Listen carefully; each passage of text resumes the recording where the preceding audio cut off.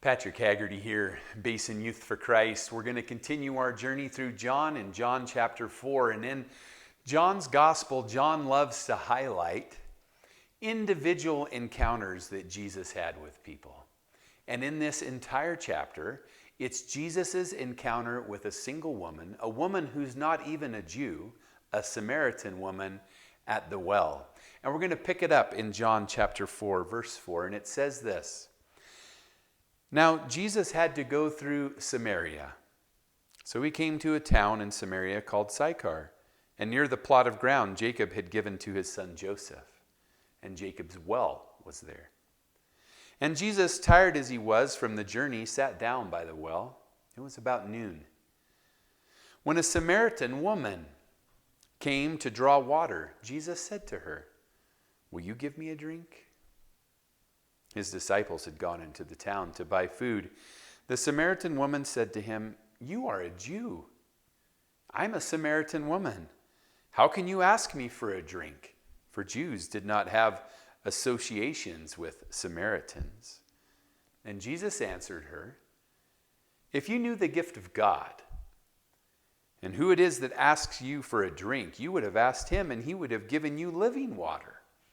"Sir," this woman said, "you have nothing to draw with, and the well is deep.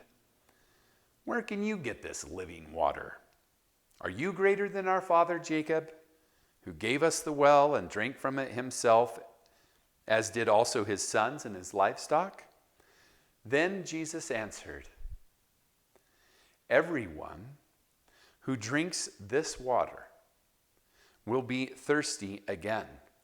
But whoever drinks the water that I will give him will never thirst. Indeed, the water I give them will become in them a spring of water, welling up to eternal life." And my encouragement for us today is that we need to come to Jesus. Because everyone who drinks of Jesus will have their thirst satisfied. Now, I can go out and I pack a water bottle around with me throughout the day, and you know what? I'm pretty well thirsty all day long. I love a good drink of water. But you know what? As soon as I drink it, it's not very long, and I'm thirsty again. But Jesus is saying he is able to satisfy not our physical thirst, but our spiritual thirst. And he says this about himself. He says, "Whoever drinks the water that he will give us, his living water, it will never thirst, will never thirst. And indeed, the water will be in us like a spring of water."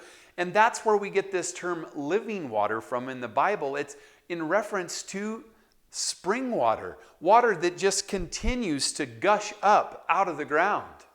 One of my favorite places to get a nice cold drink of water here in Southern Oregon is between here and Ashland, Oregon on Highway 66. There's a small turnout there on the side of the road called Tub Springs.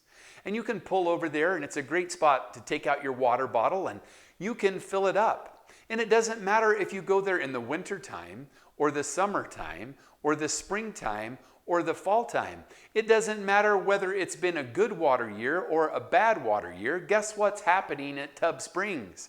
Living water. Spring up water continually. And Jesus is saying, listen, you can come to me over and over and over and over and over again. And I will every single day, every single moment, I can supply your needs. I can meet you where you are. I can fill you up. I can quench your thirst. And that's my encouragement to us, that we would just simply continue to come to Jesus, to take him at his word and let him fill us up.